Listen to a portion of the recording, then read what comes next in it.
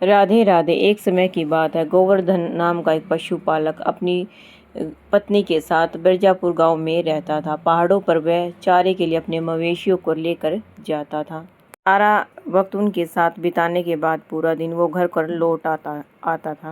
अपनी पत्नी को बोलता है, दामिनी, मैं अपने मवेशियों को पहाड़ों पर ले जा रहा हूँ, शाम को लौटूंगा, तुम ध्यान रखना। उसकी पत्नी बोलती है, अरे तुम बिना खाए कहाँ जा रहे हो, कुछ नाश्ता कर लो, उसके बाद जाना। वो बोली, मैंने नाश्ता तैयार करके रख रखा है। वो बोला, हाँ, नाश्ता करके जाऊंगा। वह बोलता है कि थोड़ा सा मुझे माखन दे दो, जो कल रात तुमने बनाया था, मिट्टी के बर्तन में रखा है। उसकी पत्नी बोलती है, आप तो कभी माखन खाते नहीं, उस माखन का आप क्या करोगे, किसको खिलाओगे। उसका पति बोलता है, किसी को नहीं, पहाड़ों के रास्ते में श्री कृष्ण भगवान की एक मूर्ति है, उसे कभी कोई कुछ नहीं चढ़ाता, इसलिए मैंने आज सोचा कि उसको कृष्ण भगवान को माखन का भोग लगाया जाए। वह बोला अपनी पत्नी को कि हमारे पास और तो कुछ नहीं है, कम से कम कृष्ण भगवान को माखन तो चढ़ा सकते हैं। उसकी पत्नी बोली, ये तो अच्छा ख्याल है, लेकिन अपने मवेशियों का भी ख्याल रखना। उसकी पत्नी दामिनी बोली कि आजकल आप ज़्यादा ही कुछ आध्यात्मिक होते जा रहे हैं, मवेशियों का ध्यान रखना। गोवर्धन बोला, हाँ हाँ, रखूंगा। गोवर्धन अपनी पत्नी से नाश्ता और माखन लेकर निकल पड़ा। रास्ते में वह बरगद के पेड़ के नीचे भगवान श्री कृष्ण की मूर्ति के पास रुक गया, जैसा कि वो हर रोज करता आ रहा था। सबसे पहले कृष्ण भगवान को उन्होंने हाथ जोड़कर प्रणाम किया, फिर उनसे बातें की, उनसे अपनी दिनचर्या के बारे में बात करने लगा। श्री कृष्ण से कहने लगा, हे श्री कृष्ण, जंगल के खतरनाक जानवरों से मेरे मवेशियों को बचाने के लिए बहुत बहुत धन्यवाद। आपकी वजह से मेरा जीवन खुशहाल बीत रहा है। आज मैं अपने घर से आपके लिए ताज़ा माखन लेकर आया हूँ। लीजिए, ये मेरी बीवी ने ताज़ा माखन निकाला, आपको तो माखन बहुत पसंद है ना। अगर गोवर्धन माखन से भरा वो मटका कृष्ण भगवान के सामने रखा और अपने मवेशियों को लेकर जंगल की तरफ, पहाड़ों की तरफ चराने के लिए चल पड़ा। चलने के बाद वह फिर वहां आया और कृष्ण की मूर्ति के पास रुक गया। उसने देखा कि मिट्टी का वह पूरा घड़ा खाली था। घड़े को देखकर वह आश्चर्यचकित हो गया। उसकी भेंट स्वीकार कर ली। ये देखकर वह काफी प्रसन्न हो गया। बोला, हे कृष्ण, आपने मुझ पर दया की और मेरी भेंट स्वीकार कर ली।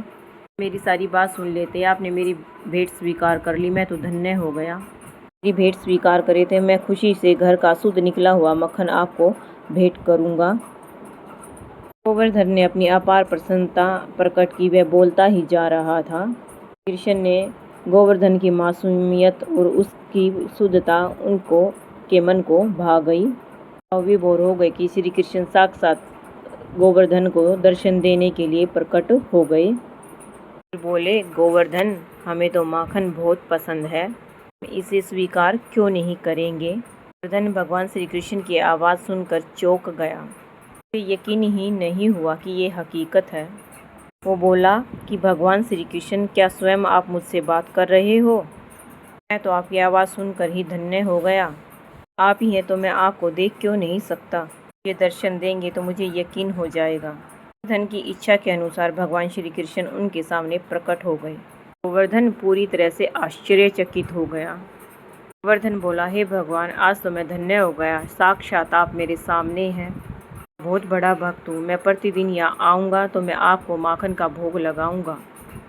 अब मैं आपके लिए क्या कर सकता हूँ। कृष्ण भगवान बोले कि मुझे तुम्हारे द्वारा चढ़ाए गए माखन के अलावा और कुछ नहीं चाहिए। तुम्हारी भक्ति से हम अत्यंत प्रसन्न हुए हैं। कृष्ण भगवान बोले, मैं तुम्हें वरदान देना चाहता हूँ, जो चाहे वो मांग लो। कृष्ण बोला, हे कृष्ण भगवान, मेरे पास जो कुछ है मैं उसमें संतुष्ट हूँ, कुछ नहीं चाहिए, मैं केवल हर रोज आपके दर्शन करना चाहता हूँ। मैं तुम्हें ये वरदान देता हूँ, लेकिन एक शर्त है। ये बात तुम कभी किसी को नहीं बताओगे। क्या तुम ये कर सकोगे? कृष्ण बोला कि मैं ये आपसे वादा करता हूँ, ये बात मैं किसी को नहीं बताऊंगा।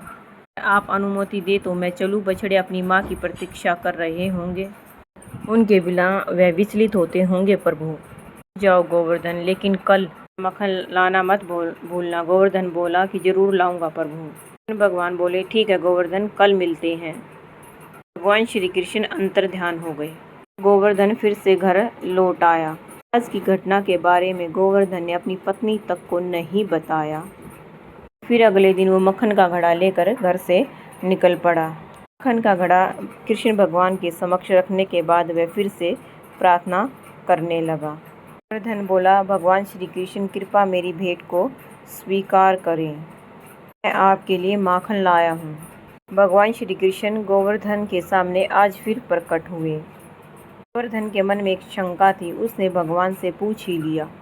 गोवर्धन बोला, हे प्रभु, आप हम सब के समक्ष हाजिर हो जाते, हमारा ध्यान रखते हैं, आप हमेशा एक शब्द भी नहीं बोलते, हमेशा खड़े रहते हैं, आप थक जाते होगे ना, कभी कभी आराम भी कर लेना चाहिए। ठीक कहा ना प्रभु, श्री कृष्ण बोले। गोवर्धन, पृथ्वी लोक के मनुष्य भी अजीब होते हो, जब तक भगवान जवाब नहीं देता तो बोलते हो कि भगवान का अस्तित्व नहीं है। हमने तुम्हें दर्शन दिए तो तुम हमें ही सुझाव देने लगे, बेहतर होगा कि कल से हम दर्शन ना दे। गोवर्धन बोला, हे भगवान, ऐसा ना करें, मुझसे गलती हो गई। चिंता होती है कि आप हर समय खड़े रहते हैं, आराम नहीं करती, आपको थोड़ी देर के लिए बैठने को भी नहीं मिलता, थक जाते होंगे। कृष्ण भगवान बोले, तुम्हारी भक्ति के अलावा मासूमियत ने भी हमारा दिल जीत लिया है। तुम्हारे इस प्रश्न का उत्तर हम तुम्हें एक उदाहरण देकर समझाते हैं। उदाहरण सुनने के लिए तैयार हो? गोवर्धन बोला, जी प्रभु, जरूर, मैं सुनने के लिए तैयार हूँ। श्री कृष्ण बोले कि मैं इस स्थान पर भिन्न भिन्न तरह के भक्तों को देखता हूँ, चाहते हैं तुम यहाँ रुक कर उन सभी भक्तों को देखो, लेकिन एक शर्त पर, तुम हमारी उपस्थिति के बारे में उनको नहीं बताओगे, बात की प्रतिक्रिया भी नहीं दोगे, चुपचाप देखते रहोगे कि क्या हो रहा है। गोवर्धन बोला, प्रभु, अगर मैं सारा दिन यहाँ खड़ा रहूँगा तो मेरे मवेशियों का क्या होगा, का ध्यान कौन रखेगा? कृष्ण भगवान बोले कि हम करेंगे तुम्हारे मवेशियों की देखभाल, तुम चिंता मत करो। कृष्ण भगवान बोले, जाओ पेड़ के पीछे चले जाओ। इतना कहकर श्री कृष्ण अंतर ध्यान हो गए। गोवर्धन पेड़ के पीछे छुप गया, सोच रहा था कि भगवान श्री कृष्ण उनकी शंका को कैसे दूर करेंगे।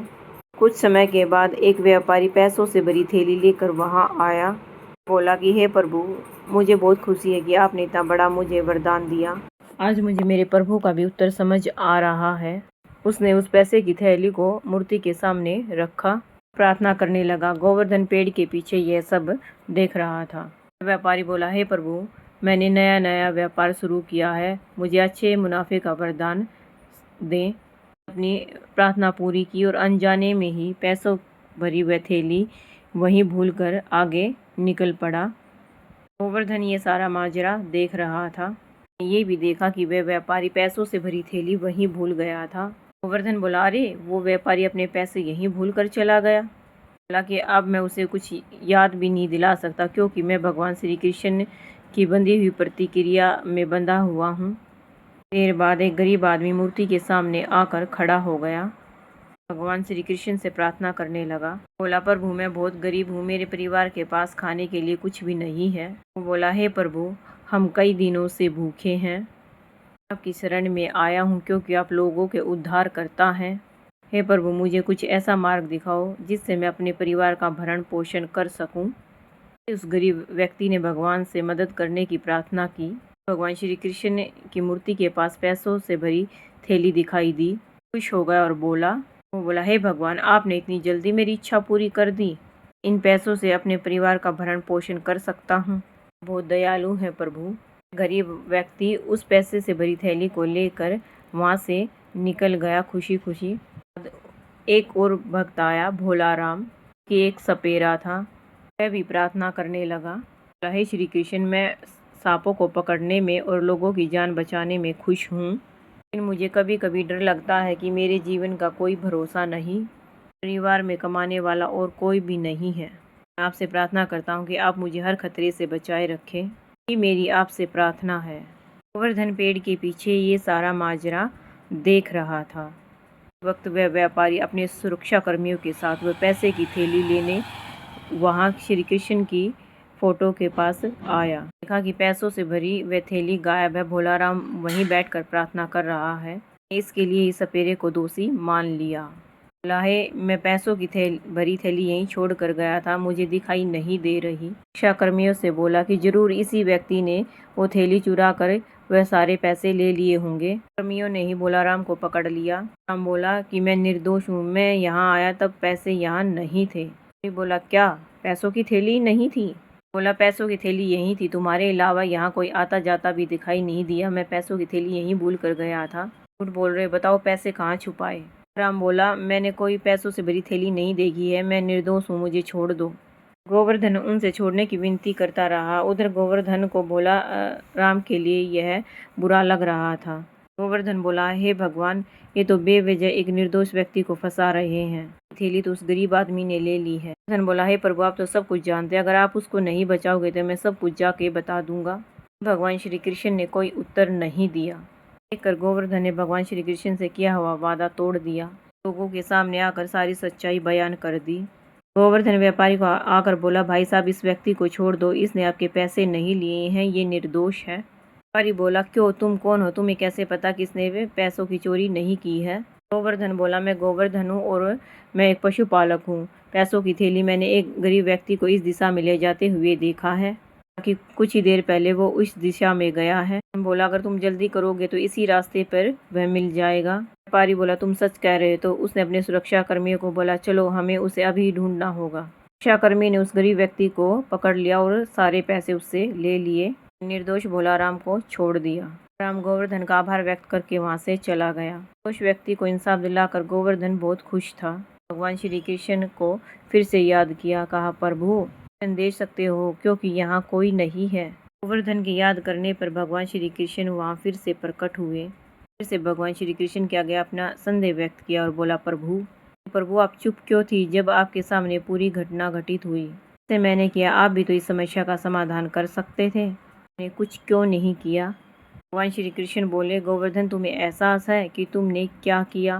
गोवर्धन बोला, प्रभु, मैंने निर्दोष व्यक्ति को बचाया, मैंने सब देखा और मुझे पता है क्योंकि पैसों की वह थैली उस गरीब व्यक्ति ने ले ली थी। लेकिन निर्दोष भोला राम को ऐसे अपराध की सजा मिलती जो उसने किया ही नहीं।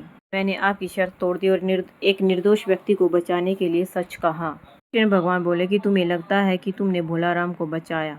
कृष्ण भगवान बोले, वास्तव में तुम ही उनकी मृत्यु का कारण बन गए हो। जानते हो कैसे? भोला राम बोला, हे भगवान, क्या मैं उसकी मौत का जिम्मेदार हूँ? कृष्ण बोला, कैसे प्रभु? भगवान श्री कृष्ण बोले कि जो भी हम कर्म करते हैं वह एक दूसरे से जुड़े होते हैं, अपना कर्म करते रहना है। जो हो रहा है खिलाफ जाने की कोशिश कभी नहीं करनी चाहिए, इससे आपदा ही आएगी। मैंने तुम्हें दर्शक बने रहने के लिए कहा था, किसी चीज का जवाब देने के लिए नहीं कहा था। गोवर्धन बोला, पर भगवान, मुझे इसमें अपनी गलती समझ नहीं आई। गोवर्धन बोला, कृपया मेरा मार्गदर्शन करें। भगवान बोले, बताता हूँ। भोला राम का कुछ समय पहले ही निधन हुआ है। गोवर्धन बोला, क्या भोला राम की मृत्यु हो गई है? कृष्ण भगवान बोले, हाँ, ये तुम्हारी गलती के कारण हुआ है। अगर तुमने भोला राम को जेल जाने दिया होता तो वो उस सांप को नहीं पकड़ता जाता और बेचारा वो गरीब आदमी खुशी अपने उन पैसों को अपने परिवार पर खर्च कर देता। अब पहरेदारों ने उसे कैद कर लिया है, उसका परिवार भूख से मर जाएगा। ये हुआ कि तुमने मेरी बात न मानकर कुछ बता दिया। गोवर्धन बोले, हे प्रभु।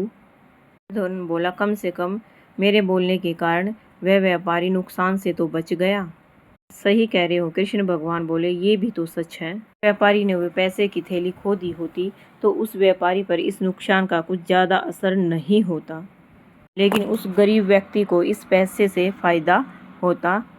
साथ में ही भोलाराम जेल में रहकर बच जाता मरने से, अपने प्राण न खोता। गोवर्धन बोला कि आपने जो कुछ कहा है कन्हैया, वो सब सच है। मुझसे बहुत बड़ी गलती हो गई। आपके इरादों का एहसास नहीं हुआ। आप तो सभी के प्रभु हैं, ये कर्मों का हिसाब रखते हैं, लेकिन फिर भी आप शांत रहे।